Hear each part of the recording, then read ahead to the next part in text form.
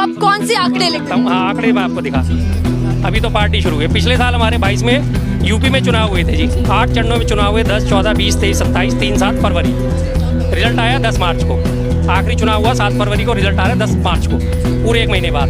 नतीजा सबके सामने, बीजेपी जीत गई। उत्तराखंड में चुनाव हुए 14 फरवरी, रिजल्ट आया 10 मार्च को। 24 दिन का पूरा टाइम मिला, बीजेपी जीत गई। पंजाब में तो खैर इनका कोई नाम लेवा ही नहीं था, अगर वहाँ ही कुछ करते तो पकड़े जाते।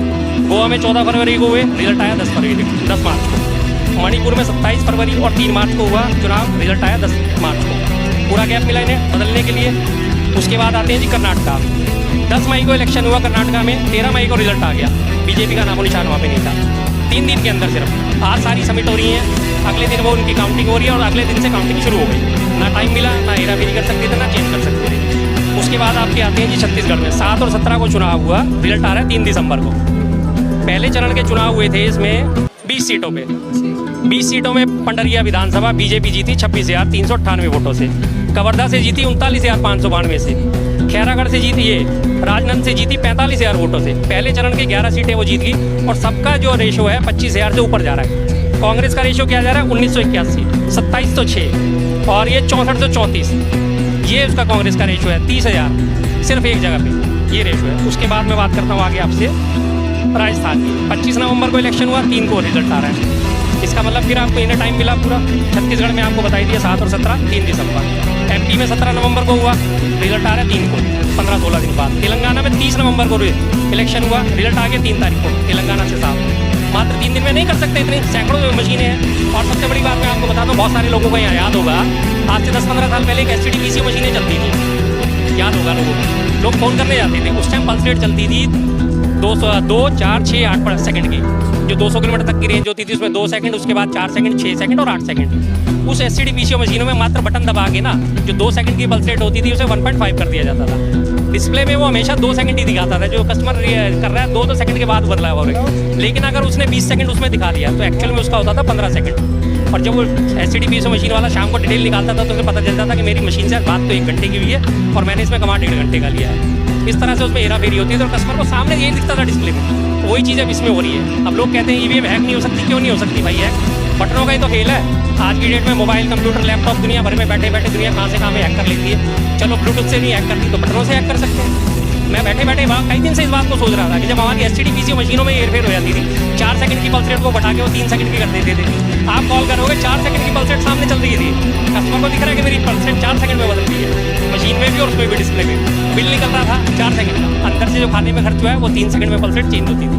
और सारा रेशो में आप सवाल खड़े करें। बिल्कुल बिल्कुल। अब मैं तो सीधा सबसे सारी पार्टियों से एक ही सवाल करूंगा, सारी चीज़ें छोड़ दो, सारे मुद्दे छोड़ दो, महंगाई, बेरोजगारी, भ्रष्टाचार, धर्म अधर्म सब छोड़ दो। सबसे पहले EVM में कंसंट्रेट करो, EVM हटाओ, बैलेट पेपर को वापस लेके आओ। EVM का रोना रोएंगे, उधर बीजेपी या तमाम आपके सामने डिटेल दे रहा हूँ मैडम। आप आंकड़े रख रहे हैं, लेकिन बीजेपी तो यही बोलती है, भैया जब आप हार जाते हैं तो आप EVM पे सवाल खड़े करते हैं। बीजेपी ही क्यों इसके खिलाफ है? बाकी सारी पार्टियां अगर इसमें मुद्दा उठाती हैं और अगर बीजेपी इतनी देशभक्त पार्टी है तो बाकी सारी पार्टियों की क्यों नहीं रिस्पेक्ट करती? हटा दे EVM, क्या परेशानी है बीजेपी को?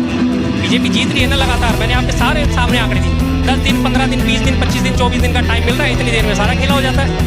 कहा तो ये भी जाता है कि जब परसेंटेज, वोटिंग परसेंटेज ज्यादा रहता है, वोट ज्यादा संख्या में होते हैं, तब बीजेपी को फायदा होता है। वोटिंग परसेंटेज का एक और चीज मैं आपको दिखाता हूँ। छत्तीसगढ़ की वोटिंग परसेंटेज सब है मेरे पास, सब कुछ आपने रखा हुआ है। जी। बेकार में बात करने का फायदा, बेकार में बात करने का कोई फायदा नहीं। लोग भी कहेंगे आगे आप बोल गया फालतू, पता नहीं क्या क्या भूल गया, क्या क्या भूल गया। 20 नवंबर को इलेक्शन कमीशन ने, छत्तीसगढ़ का बता रहा हूँ मैं आपको, डाटा जारी करा के 66.63% वोटिंग हुई है। उसके इमीडिएट नेक्स्ट डे आपका 21 तारीख को डाटा जारी होता है कि 76.35% वोटिंग हुई है। उसके 6 दिन बाद फिर दोबारा डाटा जारी होता है, 27 तारीख को 76.60% वोटिंग होती है। आपके 3 बार में 3 आंकड़े कैसे बदल गए? जबकि डिटेल तो आपकी सारी पहुंच गई। EVM का तो डिटेल यही है ना कि आपने बटन दबाया और सारी डिटेल सामने है, कितनी वोटिंग हुई, कितनी वोटिंग नहीं हुई। तो ये आंकड़े कैसे बदल गए? 20 को इलेक्शन कमीशन कह रहा है 66.63% की वोटिंग है और 27 को वही इलेक्शन कमीशन कह रहा है कि 76.60% की वोटिंग है। 10% की वोटिंग कैसे जंप मार दी 6 दिन में? इसका वो जवाब ही नहीं दे रहे। इलेक्शन कमीशन जवाब ही नहीं दे रहा इस चीज़ का। इसका जवाब तो दे। मैं जनता से भी कहता हूँ, सवाल उठाओ, उंगली करो। उंगली सिर्फ वोट डालने के लिए नहीं है, निशान लगाने के लिए नहीं है, इन सब कामों के लिए भी है। 10% वोटिंग बढ़ते ही और वहाँ पे मुश्किल से मुश्किल एग्जिट पोल क्या दिखा रहे थे? 20, 25, 30 सीटें बीजेपी को, वो जंप मार के सीधी 55 पहुँच गई। कैसे पहुँच गई?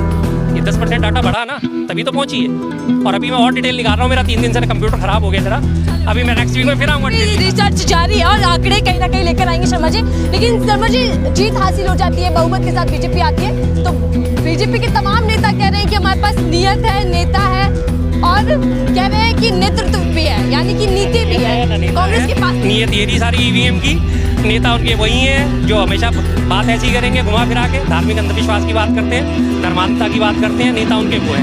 नीयत उनकी किसी के दिन से कहीं से कोई साफ नहीं है। नीयत साफ होती तो जितने उनके भ्रष्टाचारी उनके ऊपर कार्रवाई करते।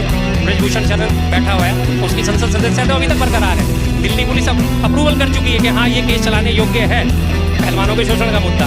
महुआ मोत्रा ने एक ही बात उठाई थी कि अडानी से आपके साथ क्या संबंध है, उनको कह दिया कि जी 2 करोड़ कैश लिया है और गाड़ी ली। ना 2 करोड़ कैश बरामद हुआ है, ना गाड़ी बरामद हुई।